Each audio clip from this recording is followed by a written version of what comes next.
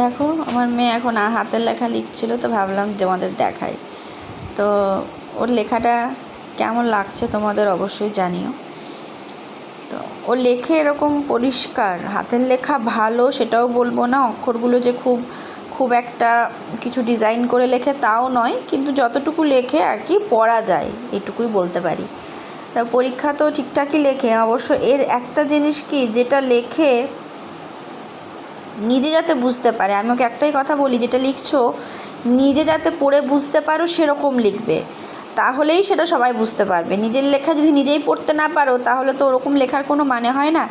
আর আমরা যখন পড়াশোনা করেছি আমাদের সময় একটা হাতের লেখার প্রতি একটা আলাদাই জোর দেওয়া হতো, হ্যাঁ, যে হাতের লেখাটা যদি ভালো হয় তাহলে ম্যামদের কাছে একটা ইমপ্রেশন ভালো হয়। তো ওর ইংলিশ আর বেঙ্গলি দুটোই মোটামুটি করায়, তবে স্কুলে ওদের যেমন হাতের লেখা এখনও পর্যন্ত ক্লাস 2 পর্যন্ত ছিল, মানে হ্যান্ডরাইটিং বুক যেটাকে বলে, বাংলা ইংলিশ দুটোই ছিল। ক্লাস 3-তে জানি না আর দেবে কি না।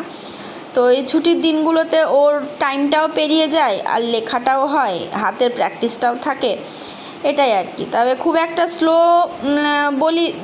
লিখবে না, যাতে টাইমটাও ঠিক থাকে আবার লেখাটাও সুন্দর হয়, এটাই। তা আমাদের সময়তে আমাদের টিচাররা আমাদেরকে বলতো হাতের লেখা যদি ভালো করতে পারো তাহলে যার কাছে খাতাটা যায় প্রথমে খাতাটা দেখেই যাতে পরিচ্ছন্নতা এবং হাতের লেখা এইগুলো যদি মেনটেন থাকে তাহলে যে টিচার খাতা দেখছে সেই টিচারের একটা ইম্প্যাক্টটা গুড পড়ে প্রথমেই। এটা একটা সাইকোলজিক্যাল ব্যাপার, যে তুমি দেখবে যেখানে পরিষ্কার পরিচ্ছন্নতা থাকে সেখানে মানুষের মন কিন্তু ভালো থাকে। অতএব খাতা যদি খুব ডার্টি হয়, খুব নোংরা হয়, তাহলে কিন্তু সেই খাতার প্রতি টিচারদের প্রথমেই একটা নেগেটিভ ইম্প্যাক্ট পড়ে যায়।